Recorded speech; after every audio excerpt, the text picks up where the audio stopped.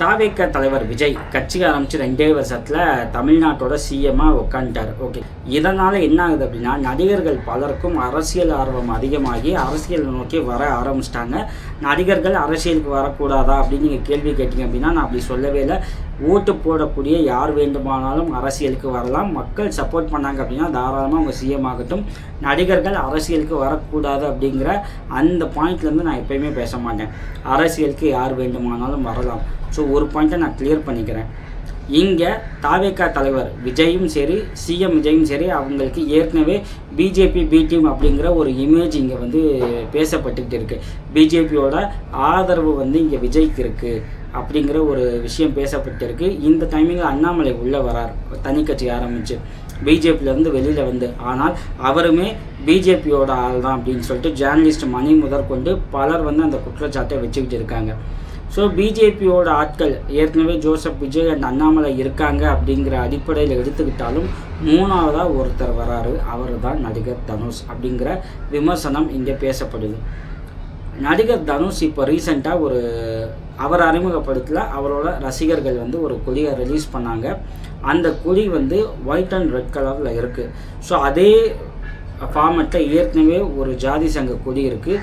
அந்த ஜாதி சங்கம் என்னன்னு போய் பார்த்தோம் அப்படின்னா, அந்த கேஸ்ட்டும் நடிகர் தனுஷோட கேஸ்ட்டும் சேமாக இருக்குது. ஸோ இந்த டாட்ஸை வந்து கனெக்ட் பண்ணி பார்க்க வேண்டியதாக இருக்குது. அப்போது தனுஷ் வந்து இந்த ரூட் மூலியமாக பாலிடிக்ஸ்குள்ளே வர முயற்சி பண்ணிகிட்டு இருக்காரா அப்படிங்கிற சந்தேகம் இருக்குது.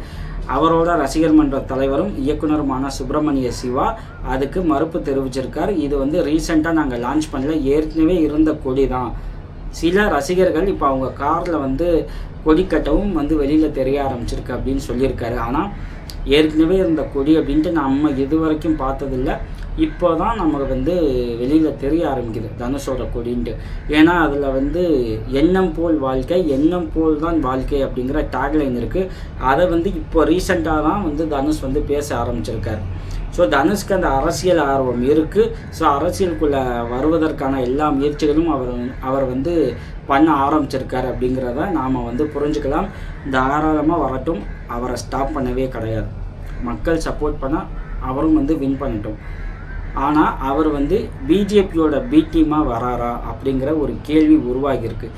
எதன் அடிப்படையில் உருவாகியிருக்கு அப்படின்னா, 72nd நேஷ்னல் அவார்டு லிஸ்ட், அதை பேஸ் பண்ணி இந்த கொஸ்டின் உருவாகியிருக்கு. இந்த லிஸ்ட்டில் தனுஷ் வந்து 2 அவார்டு வாங்கியிருக்காரு. ஒன்று வந்து ராயன் படத்துக்கு பெஸ்ட் டைரக்டர், இன்னொன்று கேப்டன் மில்லர் படத்துக்கு ஸ்பெஷல் எடிஷன் அவார்டு வாங்கியிருக்காரு. அதாவது அந்த ஜூரிஸ் இருப்பாங்க பார்த்தீங்கன்னா, நடுவர்கள், அவங்க வந்து ஸ்பெஷலாக கொடுக்குற ஒரு அவார்டு வந்து கேப்டன் மில்லர் படத்துக்கு தனுஷ்க்கு கிடச்சிருக்கு.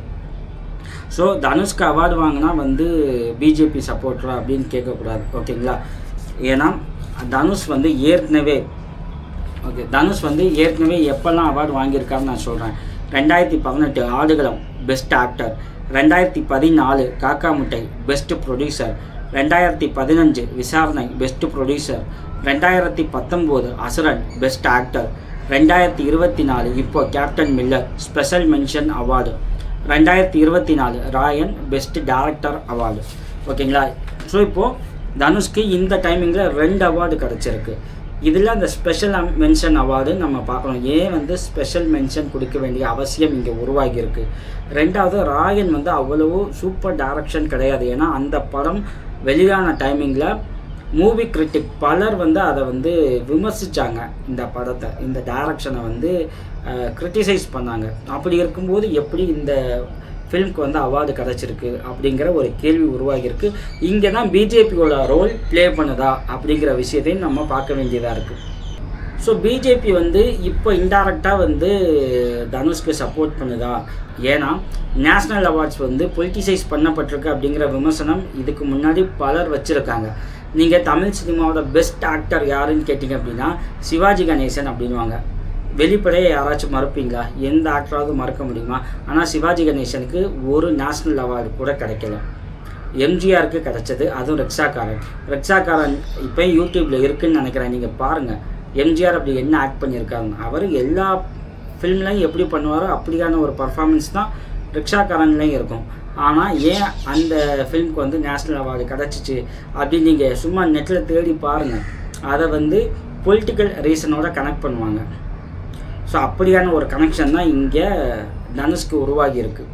இந்த டாட்ஸை கனெக்ட் பண்ண வேண்டியதாக இருக்குது. அவர் கொடியை அறிமுகப்படுத்துகிறார், நேஷ்னல் அவார்டு கிடைக்கிது, அதில் ஒன்று ஸ்பெஷல் மென்ஷன் அவார்டு. ஸோ அப்போ கனெக்ட் பண்ண வேண்டிய அவசியம் உருவாகி இருக்குது. தனுஷ் எப்போ பாலிடிக்ஸ்குள்ளே வரப்போகிறார், வரும்போது பேக்கப்பில் யார் இருக்கா அப்படிங்கிற பல விஷயங்கள் நமக்கு தெரிய தான் போகுது. என்ன ஒன்று, தமிழ்நாட்டில் கொள்கை சார்ந்த அரசியலுக்கு முற்றுப்புள்ளி வைக்காமல் வரக்கூடிய நடிகர்கள் பார்த்துக்கங்க, ஓகேங்களா? மக்கள் சப்போர்ட் பண்ணுறாங்க அப்படிங்கிறதுக்காக நடிகர்கள் தாராளமாக வரலாம். வரும்போது கொஞ்சமாவது ஏதாச்சும் கொள்கையை டேக் ஓவர் பண்ணிட்டு வாங்க. ஸோ இந்த கொள்கையெல்லாம் பேசலாம் அப்படின்ட்டு. ஏன்னா ஒரு கொள்கை தெளிவில்லாத ஆட்சியெல்லாம் கஷ்டம். மீண்டும் வேறொரு டாபிக் குறித்து பேசுவோம். தேங்க்யூ.